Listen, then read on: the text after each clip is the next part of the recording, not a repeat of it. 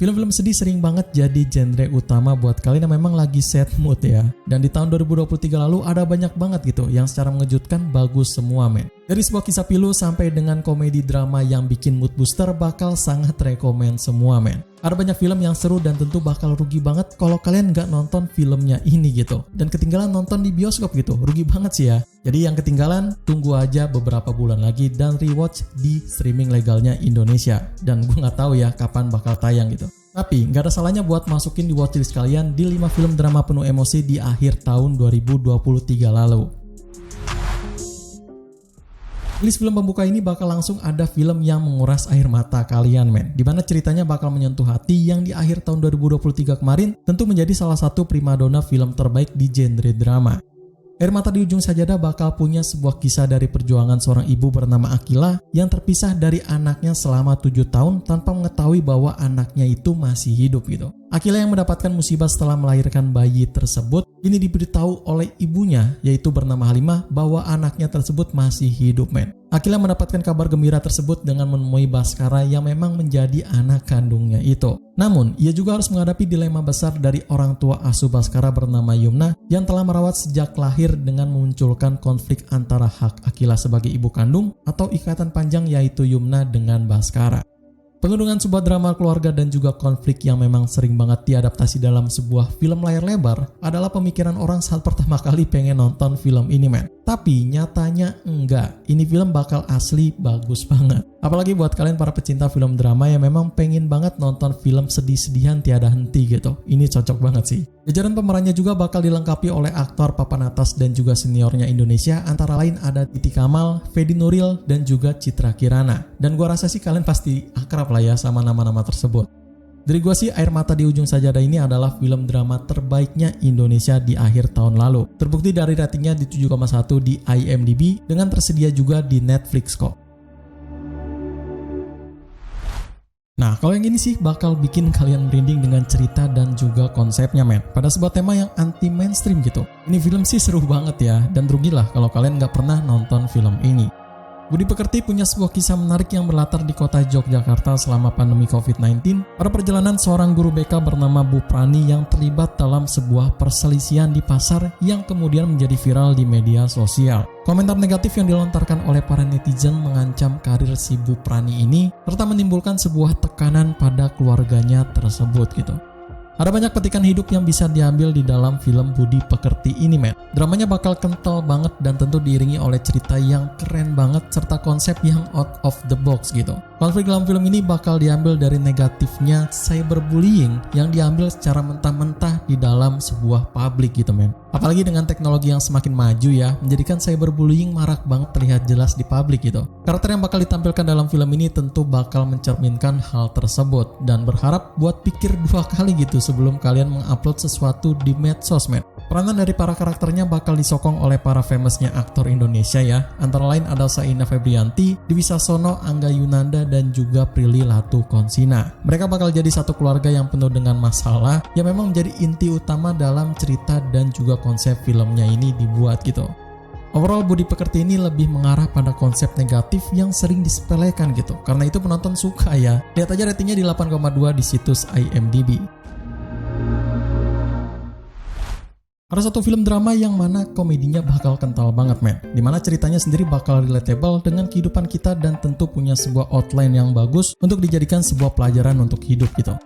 Gampang Cuan ini sebuah drama komedi seru yang kisahnya berfokus pada Sultan dan juga adiknya yaitu bernama Bilqis yang keduanya merantau ke Jakarta setelah mengetahui utang besar ayah mereka yang harus dilunasi untuk menghindari penyegelan rumah mereka. Sambil mencari cara untuk melunasi utang tersebut, Sultan dan juga Bilqis juga harus berusaha untuk membiayai kuliah adik bungsunya bernama Aji. Dalam perjuangan mereka, Sultan dan juga Bilqis terlibat dalam berbagai pekerjaan yang berbeda-beda, dari pekerjaan yang didapatkan dengan cara halal hingga pekerjaan yang hampir mencapai haram gitu. Kalau ngomongin dari segi komedi sih ini juaranya ya, tapi kalau dari segi drama tentu nggak ada bedanya, sama-sama seru dan juga rekomen banget untuk ditonton. Ceritanya yang dibawakan ini memang relate banget dengan kehidupan kita men. Dan by the way juga ini film terinspirasi dari kisah nyata loh, yang tentu semakin lebih realitas banget soal keseluruhan dari pengalamannya ya. Seperti biasa film Indonesia dengan sebuah genre drama komedi kayak gini tentu bakal dibungkus dengan ala-ala FTV man. Yang mana tentu nggak bisa lepas juga dengan film sekelas besar yang kayak gini gitu. Tapi karena aktornya memang sangat mumpuni, sebut aja ada Vino G. Bastian dan juga Anya Geraldine, membuat filmnya bakal terasa berkelas tinggi man. Jadi menurut gue ini film seru banget untuk ditonton sih. Rugi banget kalau kalian nggak nonton di bioskop. Karena kemarin rame banget men. Bisa dilihat lah dari ratingnya 7,1 di situs IMDb. Untuk yang satu ini sih udah nggak usah ditanyain lagi ya. Kalian pasti tahu lah sama filmnya sendiri yang laris manis di bioskop gitu. Apalagi ditaburi dengan genre religi yang bakal bikin kalian merinding pas lagi nontonnya. 172 Hari punya sebuah kisah biopik dari perjalanan hijrah perempuan muda bernama Nazira Safa yang menuju kehidupan yang lebih baik lagi men. Nazira sendiri terjebak dalam lingkungan bebas yang penuh dengan hura-hura dan secara mengejutkan berubah 180 derajat pada saat ia bertemu dengan Ustadz Amer Azikra. Saling mengenal satu sama lainnya, akhirnya mereka pun menikah men dan menjalani rumah tangga harmonis selama 172 hari. Mengharukan dan juga penuh dengan sedih-sedihan bakal tergambarkan pada film berjudul 172 Days ini men. Ini film sedihnya bukan main loh, dan sangat rekomen banget buat kalian para penonton yang pecinta film drama gitu. Dalam kisahnya sendiri bakal dituliskan sebagaimana mestinya yang memang menceritakan Ustadz Amer Azikra sampai ia mengembuskan nafas terakhirnya men. Dua pemeran yang bersinar di dalam film ini antara lain ada Brian Domani dan juga Yasmin Nepal yang bisa bikin para penontonnya baper sekaligus terharu gitu dengan akting briliannya itu ya. Overall ini film cocok banget lah untuk kalian tonton yang suka drama religi dengan bumbu romantis. Ratingnya juga ada di 6,8 situs IMDb. Terakhir di film drama Indonesia terbaik pada akhir tahun 2023 lalu bakal ditutup dengan sebuah film drama biografi lagi ya, yang mana tentu bakal seru banget dengan kisah seorang penulis terkemuka di Indonesia.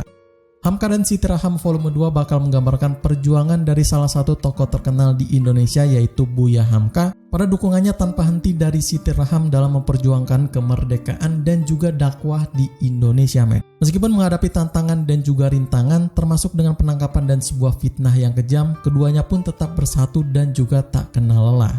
Ini adalah salah satu sequel yang paling ditunggu di akhir tahun kemarin men. Yang mana di prequelnya sendiri sangat sukses banget tayang di layar lebar di Indonesia dengan penjualan bioskop yang lumayan lah. Nah di film keduanya tentang perjalanan inspirasional Buya Hamka ini bakal semakin lebih intens lagi men. Dimana dakwah-dakwah dari beliau ini bakal penuh dengan perjuangan pada sangkut pautan dengan politik gitu. Ada banyak scene yang dibuat dramatis dari biasanya yang memang menambah intensitas dari ceritanya itu sendiri gitu. Masih dengan sinematografi yang sangat epik dimana pada film kedua ini tentu masih konsisten dengan warna warmnya yang jujur buat gue sendiri sangat kalem dan juga suka banget gitu dengan format warna yang kayak gini ya. So siapa nih yang gak ngikutin cerita dari Buya Hamka? Rugi banget sih ya. Kalau nggak percaya lihat aja dari ratingnya di 8,5 di situs IMDb. Mungkin itu aja soal 5 film drama penuh emosi di akhir tahun 2023 buat kalian yang udah ketinggalan nonton. Semoga membantu kalian untuk rewatch lagi filmnya ini ya. Like video ini jika kalian suka dan juga share video ini ke tongkrongan kalian biar pada tahu nih ada film baru apa yang seru di tahun 2024 ini. Support terus gue juga buat ngasih rekomendasi film seru lainnya. Sekian dari gue Ri untuk konten hari ini. Selamat menonton and see you in the next film.